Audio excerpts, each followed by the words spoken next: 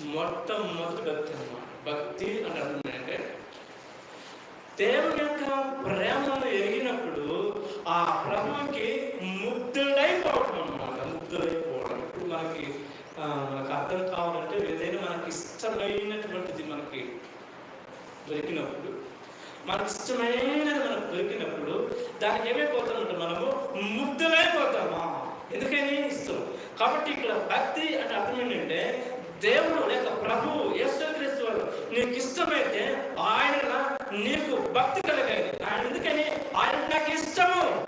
ఎందుకు ఇష్టం? ఆయన నన్ను ప్రేమించాడు కాబట్టి ఇష్టం. ఎందుకు ఇష్టం? నా యొక్క పాప నిమిత్తం చనిపోయి తిరిగి లేస్తాడు కాబట్టి. ఎందుకు ఇష్టం? ఆయన మాటలు సంతోషాన్ని ఇస్తున్నాయి. ఆయన మాటలు నన్ను ఎంతగానో ప్రోత్సాహపరుస్తున్నాయి. ఆయన యొక్క మాటలు జీవ మార్గాన్ని కనిపిస్తున్నాయి. ఆయన మాటల్లో ప్రేమ తప్ప మరొకటి లేదు. కాబట్టి ఆయన నాకు భక్తి. అందుకే ఆయన